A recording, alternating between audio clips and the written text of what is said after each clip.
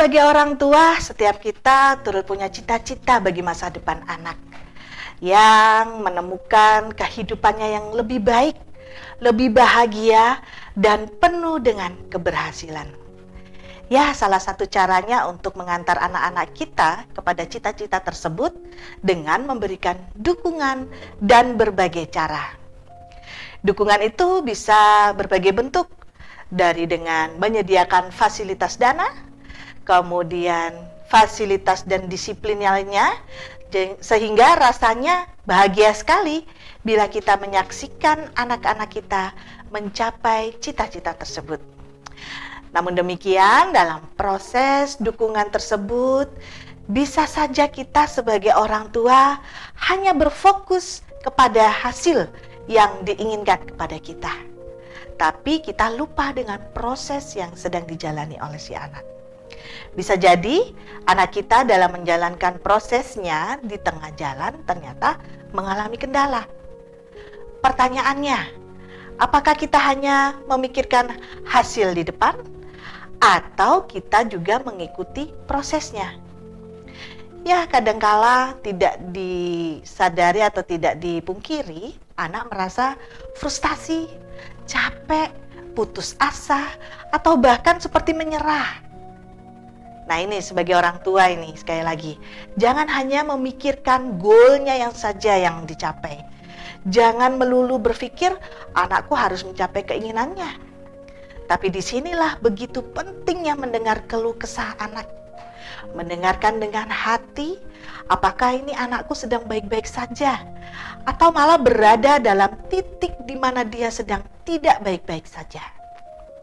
Memberi dukungan dengan mendengarkan dan mendekatkan secara halus terhadap situasi yang sedang dihadapi anak, menjadi support yang sangat berarti bagi anak. Bahkan kalau seumpamanya anak sedang tidak baik-baik saja, dengan situasi yang kita harus berani memberikan berbagai alternatif kepada anak. Karena jangan sampai anak menjadi ketakutan atau dia merasa khawatir dengan kegagalan dalam mencapai cita-citanya. Takut apa yang terjadi, kemudian impiannya merasa tidak akan tercapai. Dan lebih celakanya lagi, kalau anak bukan hanya takut kepada kegagalannya, tapi lebih takut kepada kita sebagai orang tua akan marah besar karena merasa lelah, capek, takut, seperti mengalami kegagalan. Jadi hal ini akan bisa diketahui oleh kita ketika kita memberikan telinga kita kepada keluh kesah anak.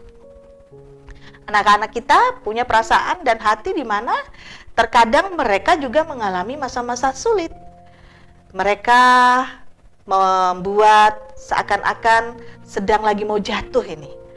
Mereka bukan seperti robot yang bisa kita kontrol 100% sesuai dengan kemauan dan keinginan kita. Makanya pendekatan yang harus kita lakukan juga adalah dengan melalui pendekatan hati. Kita sebagai orang tua memang tidak melewati berbagai pengalaman dalam hidup sebelumnya. Kita pernah juga jatuh, kita juga pernah kecewa, pernah bangkit lagi juga. Tapi anak-anak kita yang sedang berada di tahap belajar untuk menjadi orang yang sesuai dengan apa yang diangan-angankan. Jadi makanya mendengarkan keluh kesah, kerinduannya, dan bahkan teriakan hatinya akan menolong anak untuk meyakini bahwa kitalah pendukung sebenarnya dari anak-anak kita sendiri. Yakinkan kepada anak bahwa sebagai orang tua, kita ini berada dalam posisi menolong. Kata Tuhan Yesus, adakah seorang daripadamu yang memberi batu kepada anaknya yang meminta roti? Atau memberi ular jika dia meminta ikan? Matius 7 ayat 9.